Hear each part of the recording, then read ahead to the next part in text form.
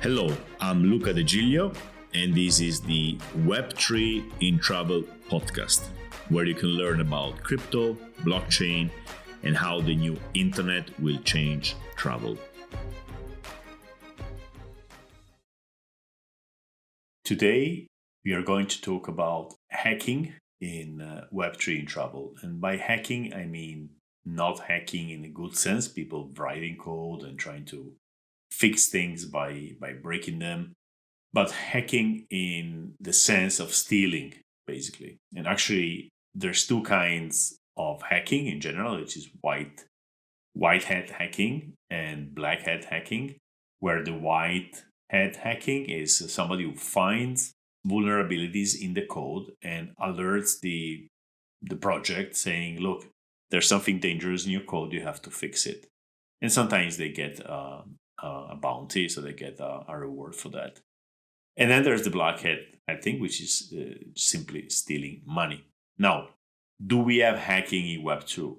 Yes, we do have hacking in Web 2, but because money doesn't work natively online, it's harder to steal. So I can imagine any big travel company having a lot of money, let's say, I don't know, Booking.com, how much money do they have in their bank accounts? A lot, okay. How easy it is to steal that money? It is really hard, because it's really hard by design to move money out of a bank account. If somebody, let's say, finds a way to hack into the online banking of somebody holding a lot of money in Booking.com, they can move the money to another account, but then that transaction will be reversed because the money stays in a system, which is the banking system, which is custodial. So they can reverse transactions, they can censor transactions, etc.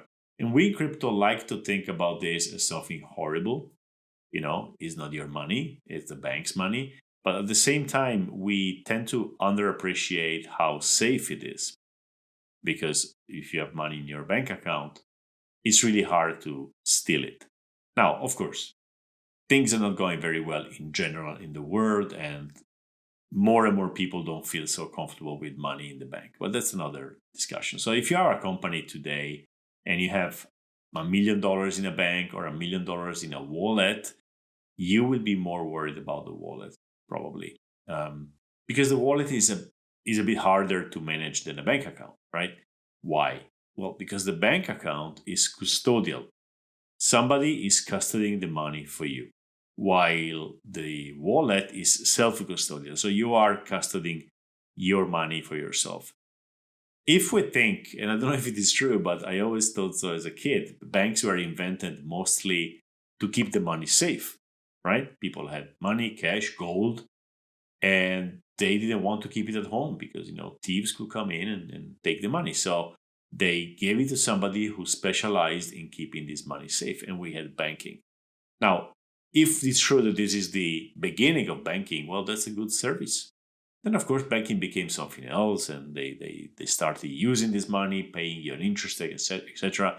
And whatever it is today, I don't know, but it's something different. Anyway, the need for somebody specialized in custodying your money was there hundreds of years ago, and it's still there today. Now, with crypto, we are in a phase in which we think we give for granted that we should keep our money with ourselves and don't give it to any custodial service, which may be a good idea or a bad idea according to the case. I wouldn't make this a general rule.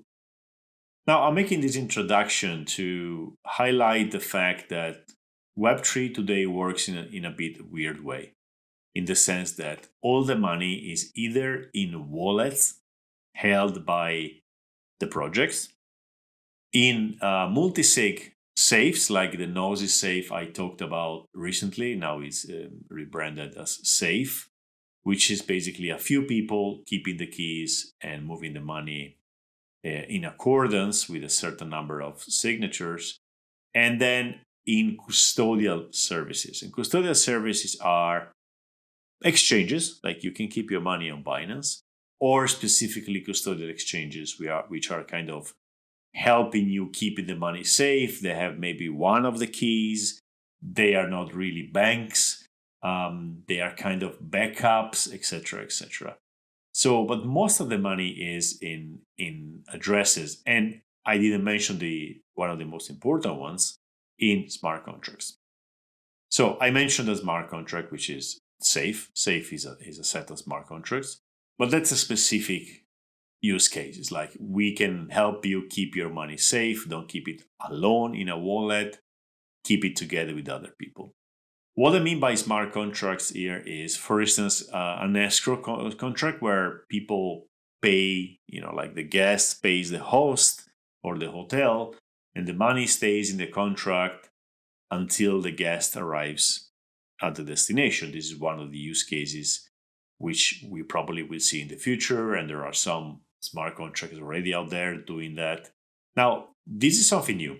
The money is held in a smart contract. I think I talked about this. We are at episode 49. I can't remember everything I said, so you probably won't neither. So it's no harm in repeating things. So that's something we don't have in Web2 and in traditional finance / banking.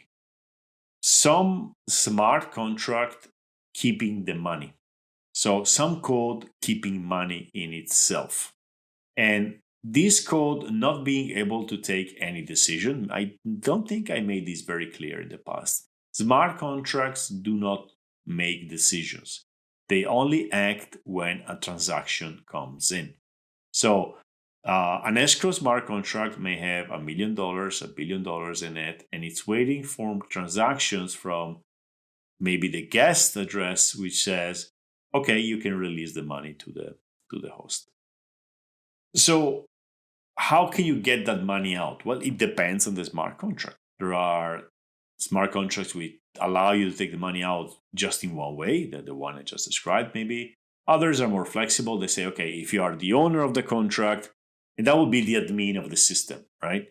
The owner of the contract, you have a withdrawal function which you can click, and you can withdraw the money to your own address or any address. And that's already opening some attack surface, right?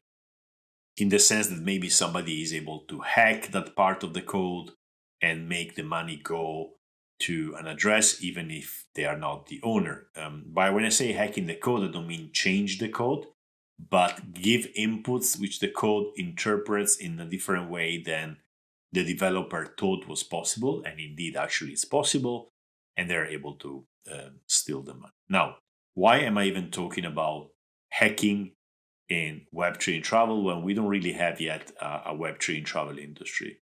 Well, first of all, because we don't have a Web3 and travel industry, so I have to talk about something. But on the other hand, I think it's good to be able to get ready for this and learn this.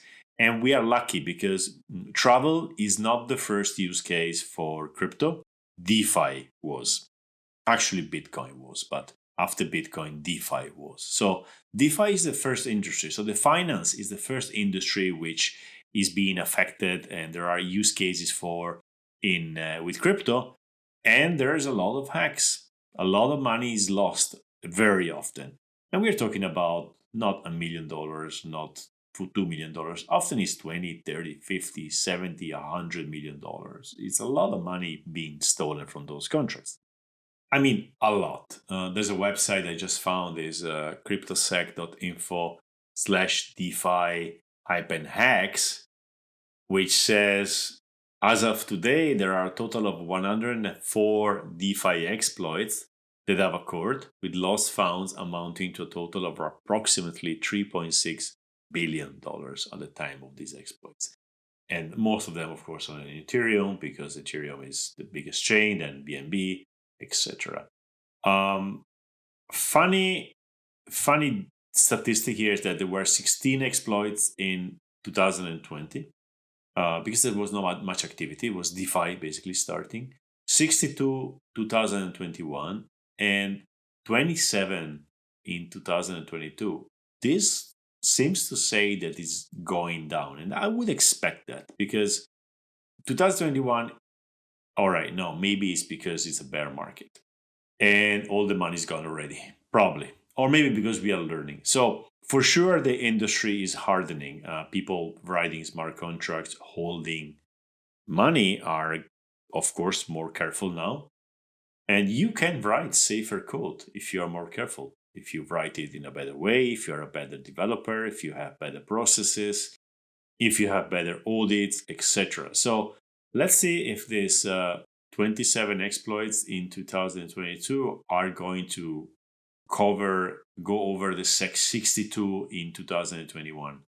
Well, it's the 14th of October. Probably not. So that's a good sign. I didn't know about that. Let's just see some examples. On August 2nd, there was a bridge called Nomad Bridge, where $200 million were stolen. And just looking the ones I know. Rari Capital plus Fei Protocol, 80 million. Let's see. Not so. Oh, Ronin, that was famous. Ronin is the network of Axie Infinity, the very successful play to earn game. They lost 625 million, even if they were able to get some back later. The Wormhole Bridge in February, $326 million. That was, if I recall correctly, a Solana bridge. Bridges are very dangerous. We should talk about bridges sooner or later. Well, I guess it's enough. A lot of money is lost in DeFi. So who are the hackers? Let's start from the biggest hackers out there, which are probably North Koreans. There seem to be, of course, we don't know this very well, but there seem to be whole industries or whole factories or whole, big groups of North Koreans probably working for the government who are actively stealing money from DeFi to, finance the country or whatever the country does, launching missiles and stuff.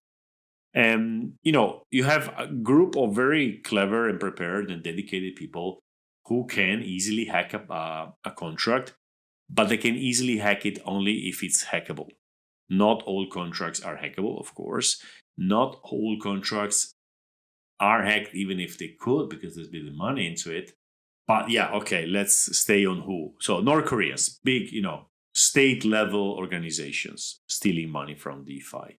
Then there's your, probably people who are expert. They are very good developers, and they'd say, okay, it's better to steal the money than actually build something. And they steal money. Yeah. Some of them sometimes write back and say, okay, I stole 100 millions from you. Give me 20. Don't go to the police, and I'm going to give you back 80. And this happens. Why does it happen? Because if you have, let's say, ETH, you can't buy stuff, really. You want to exchange it for some stable coins first, and then you want to put it in a credit card like a Binance card, spend it, or you want to go through the banking system, get cash, etc. So because payments in crypto are not a thing yet, you're not paying in crypto most of the times. You need, if you have this crypto and you stole it, you need to bring it back to the fiat system. And when you go through the fiat system, because blockchains are transparent, so they know this money was stolen, yeah, you're going to have some problems in, cashing out. It's not impossible, it's just hard. Then, as I was saying, you have white hackers. These are not looking to steal money. They just want to find these problems and get rewarded for that. And there's many of them. And then there's another category, which is less well known. And these are the very developers who wrote the smart contract and left some vulnerability in it to be able later, if the occasion arises or if the need arises, to get the money out of the contract. And this happens more than we think. And I think the reason, and I think actually the reason I can say this is because a lot of hacks happen when the markets crash. Now, why would people steal money when the market crashes? Well, if the market is good and the price is going up, everybody's making money. Maybe you are managing a project which is worth a lot of money, and then boom, it starts crashing. And tokens crash 90%, 95, 99%. You go like, okay, I was rich and I'm getting poor very fast. Let me get the money out. Let me exchange it for some stable coins, and then let me, go to the fiat system. And every time the bear market starts and there's crashes, you have also a lot of hacks. Another category of hackers are the smart contract auditors. So imagine you have a smart contract, there's a lot of money into it, and you go like, okay, we started this as a joke or like as a small project. We started with $10,000 and now this is worth $50 million. Guys, we have to audit it. Now, I hope this does happen anymore. I hope people audit before, but in the past it was for sure like this. And you go to an audit company and say, we need you to audit the code. Okay, it's $50,000. Okay, here's the money. We are rich anyway, right? And they audit the code. And who's auditing the code? Well, somebody working there. And imagine you're working at an auditing company and you're not very honest, or you are not able to resist big amounts of money. You're sitting at this desk. You find a vulnerability which allows you to take out $50 million. You're going to think twice. Am I going to report this or am I going to exploit this? And sometimes people exploit this. It happens. It's human, it's normal. So while things are getting better very slowly, while DeFi hacks happens at the same time, even if you're getting better, because this is a space where people want to experiment very fast. There's, first you have to see if the thing is a bit like this. Okay, have an idea. Okay, develop it. Oh, good. It looks working. Oh my God, it's working. Oh, it is working very well. Oh, so much money in the contract. Oh, guys, did we really try the contract carefully? Well, not really. We didn't know if it was working, right? Okay, let's go and audit. And then you know what happens. Or before they get audited, somebody finds the vulnerability. So when a contract has a lot of money into it, there's more eyes on it, and somebody will find problem if there's a problem. That's how this industry has been working so far. Now, when Web3 in travel comes in, hopefully the standards are higher and it's harder to hack these smart contracts.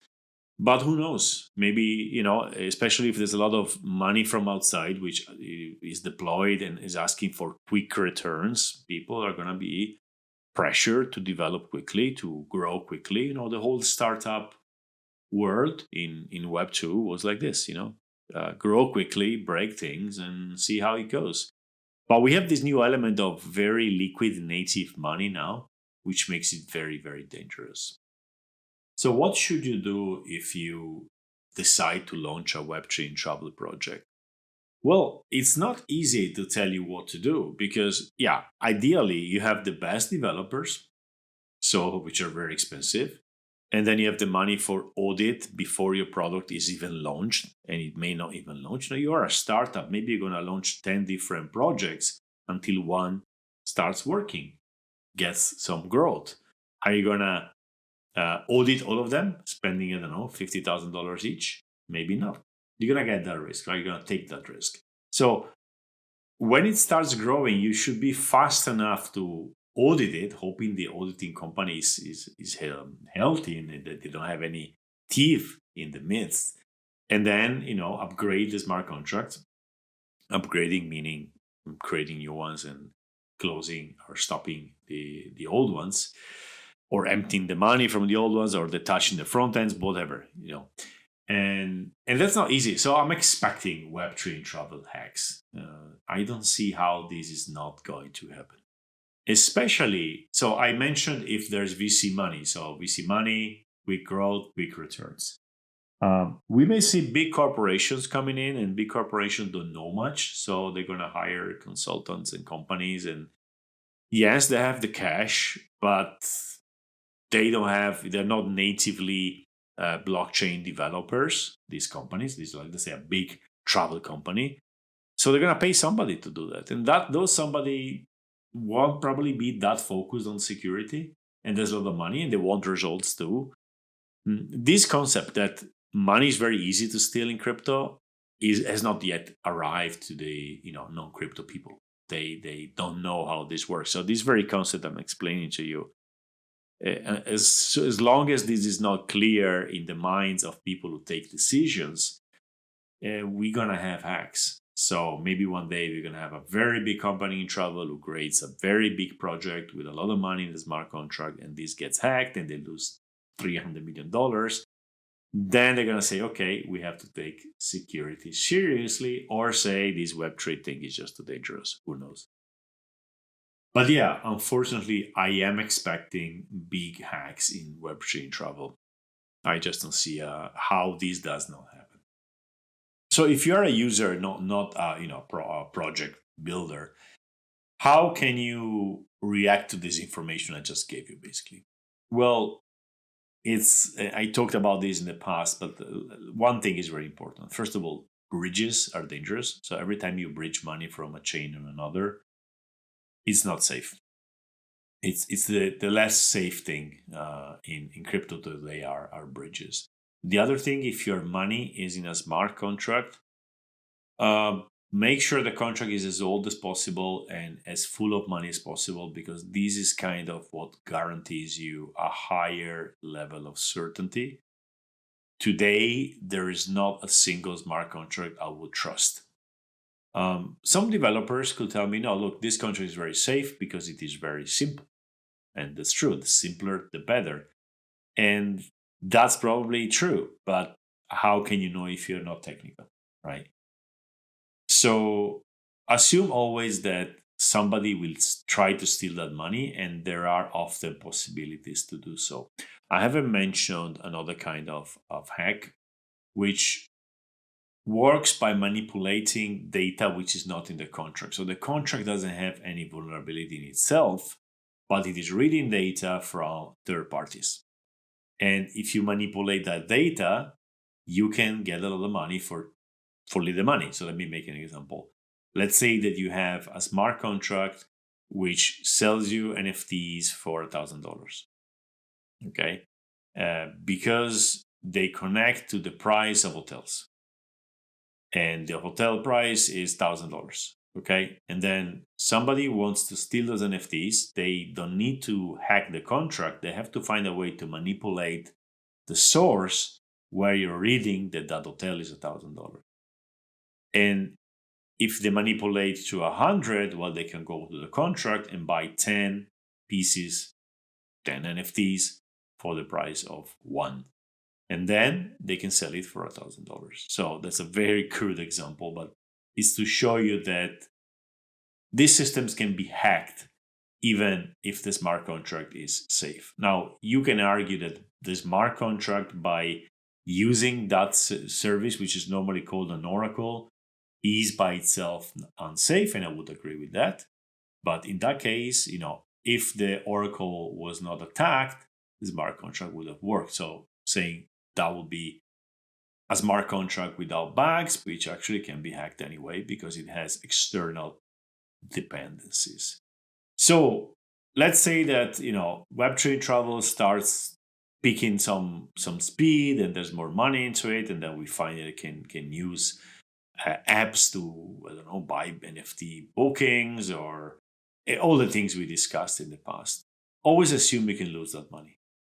Don't ever feel like, okay, it's done now, we are mature. No, that money can go. That part of the money will go away due to hacks. Always assume that it's still very experimental, and it's going to be experimental for a few years yet. So it's easy to make money and it's easy to lose money. One of the most respected voices in crypto is Andreas Antonopoulos. I mentioned him a few times, I think. And he coined this term or this phrase, which is not your keys, not your coins. Actually, I think he initially said not your keys, not your Bitcoin. But then this was enlarged to not your keys, not your coins. Meaning, if you don't have your Bitcoin, Ethereum, or whatever in your wallet, and having a wallet means having the keys, they're not yours. If they are on Binance, Coinbase, if they are in any custodial service, they don't belong to you. You may lose them. They may be hacked. They may shut down. You don't have them. So the only way to say I own coins is by holding the keys, not your keys, not your coins. And for a long time, I thought this was the end of the discussion. But then I realized that we have another, the other side of the middle, which, to be fair, Andreas mentioned is not saying if you keep the money in your wallet, it's safe. And if you keep the money in your bank, it's not safe. It's not saying that. But maybe we listen too much to this as a simplification, like not your keys, not your coins, which means your keys, your coins. And this is not true. Your keys often is not your coins because you lose them. So you lose the keys or you get hacked. So when you go from a custodial service to a non-custodial service, which is basically your cash under the mattress or your coin in your wallet, you become the custodian. And then you are, you have the same risks that the bank has, only that you're not prepared for those risks. Luckily, you don't have all the money a bank has, so, and people don't know it, so they won't steal your money. But not your keys, not your coins, true. Your keys, not your coins, also true for a very large amount of people. For everybody, I would say, because everybody's at risk. But let's say that people who can manage their keys properly know how to keep them safe. But the vast majority of people wouldn't be able to, those people who still use very simple passwords and stuff like this. Most people.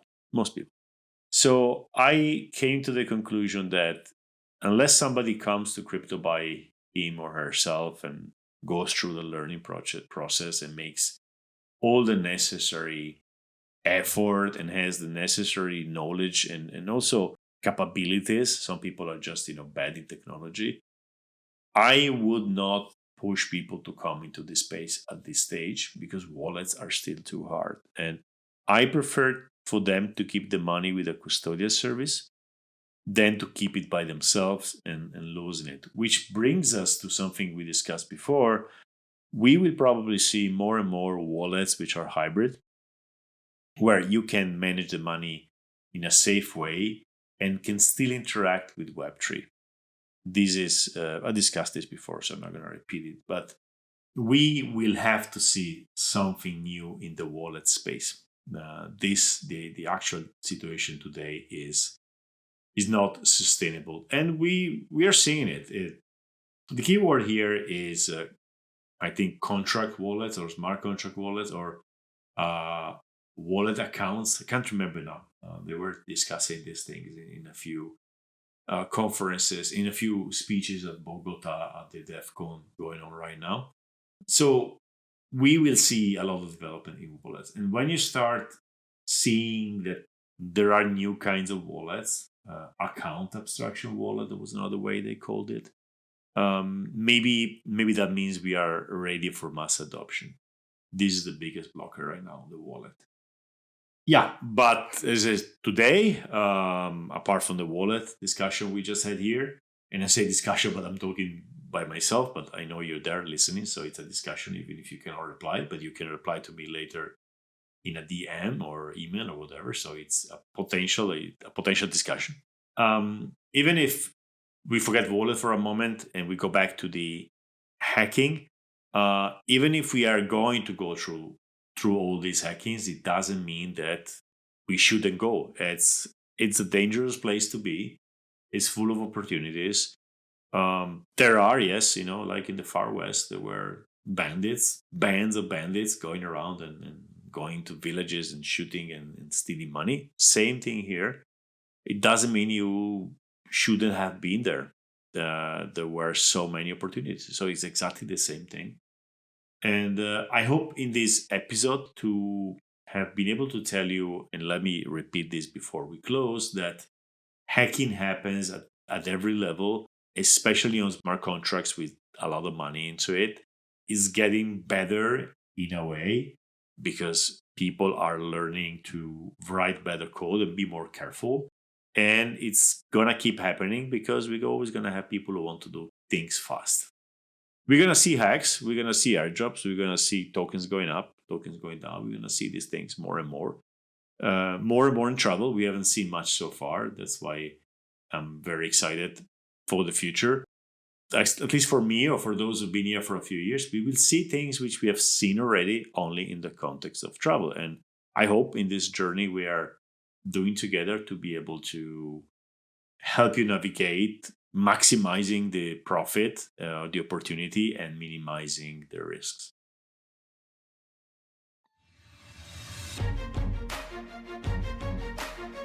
All right, this is the end of today's episode. I really hope you enjoyed it. For more insights on Web3, follow me on Twitter at tripluca, TRIPLUCA, and see you next time.